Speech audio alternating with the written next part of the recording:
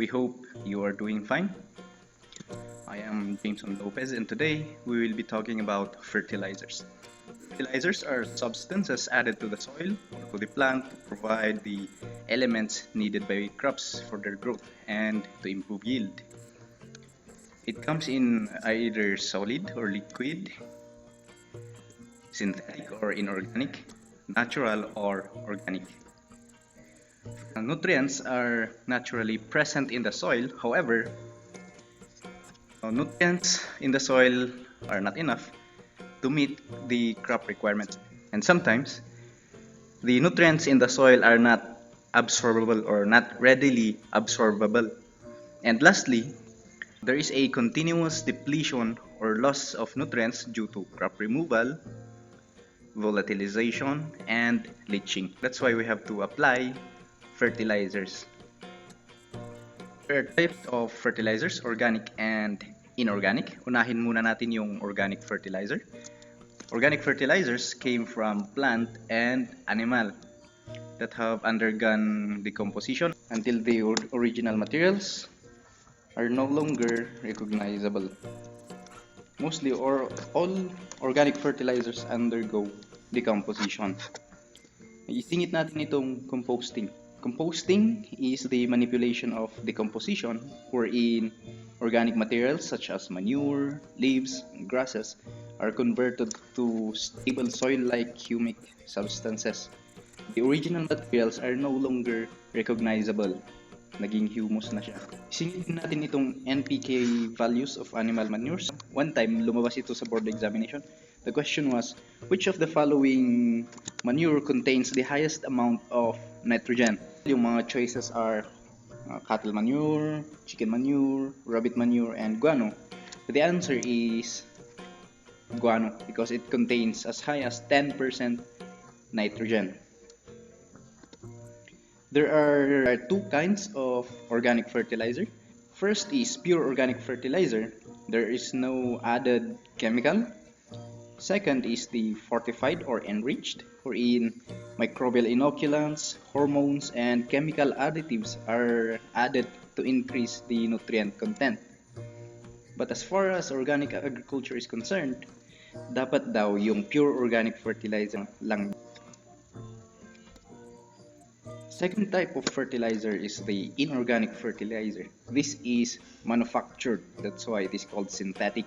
It contains one or more combinations of the primary nutrients, the nitrogen, phosphorus, and potassium. One or more of the nitrogen, phosphorus, or potassium.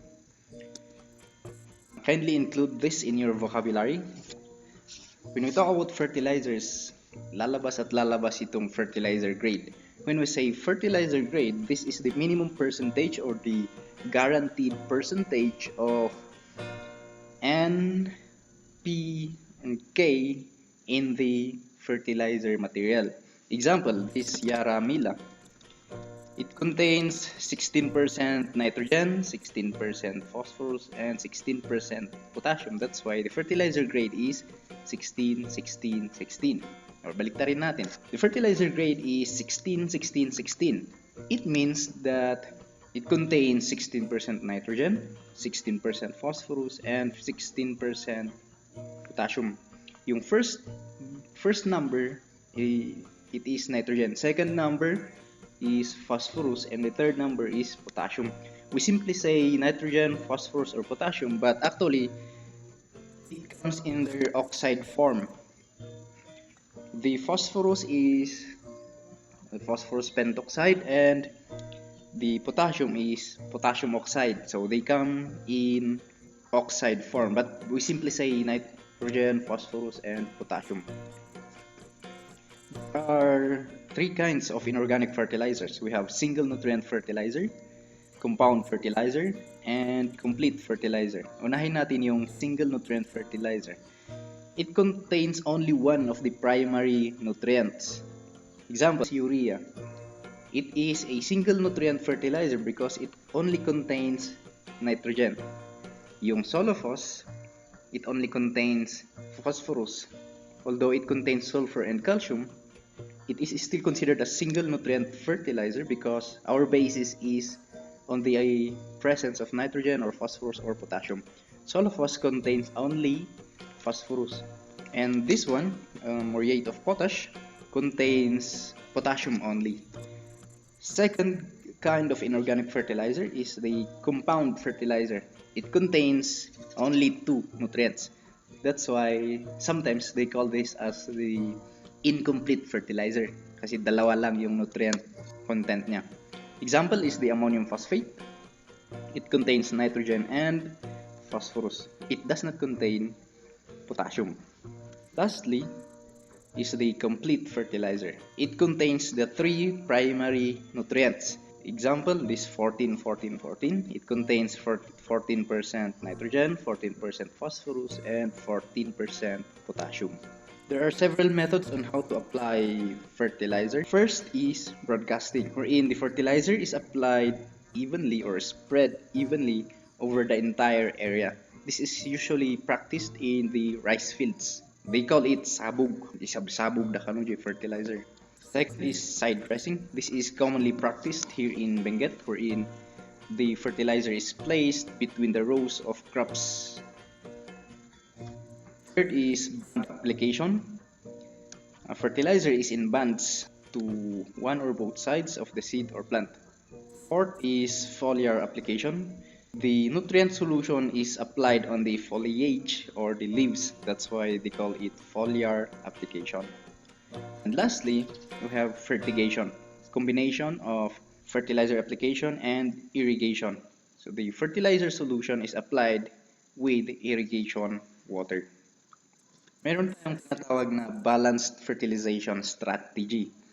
It refers to the optimum use of organic and inorganic fertilizer with their proper grades and amount. Kapag i-compare natin yung inorganic tsaka organic fertilizer, yung inorganic fertilizer, they acidify the soil, especially yung mga may urea and ammonium. Yung organic fertilizers, they increase the buffering capacity of the soil. They neutralize soil pH. Inorganic fertilizers contain high amounts of nitrogen, phosphorus, and potassium, while organic fertilizers contain only low amount of these nutrients. If you apply inorganic fertilizers, their nutrient content is released rapidly, while organic fertilizers are slowly releasing these nutrients. Inorganic fertilizers has tendency to burn plants, while organic fertilizers do not have burning effect. So, sa balanced fertilization strategy, proper grades and amount of organic tsaka inorganic yung i-apply. There are several researches conducted on the application of both organic and inorganic fertilizer, and yung lumalabas na yung combination ng organic tsaka inorganic fertilizer ang magandang treatment. Another effect of organic matter in the soil, sabi nila, kapag in-increase mo yung organic matter content ng soil by 1%, it contains extra 20,000 gallons of water per acre. Aside from that, they increase infiltration rate, they increase porosity, they improve soil tilth, and they hold soil particles together. Aside from increasing the nutrient and water absorption. There are three general recommendations in the use of fertilizers for crop production. First is to know the nutrient requirement of your crops. Iba-iba yung nutrient requirement ng crops. Example, yung patatas, iba yung requirement niya sa cabbage. Every crop vary in their nutrient requirement. Second is choose the right kind of fertilizer to apply. And lastly, know the amount of fertilizer to apply. So, ilan ba ang ilalagay mo per hectare? That will be our next topic, fertilizer computation.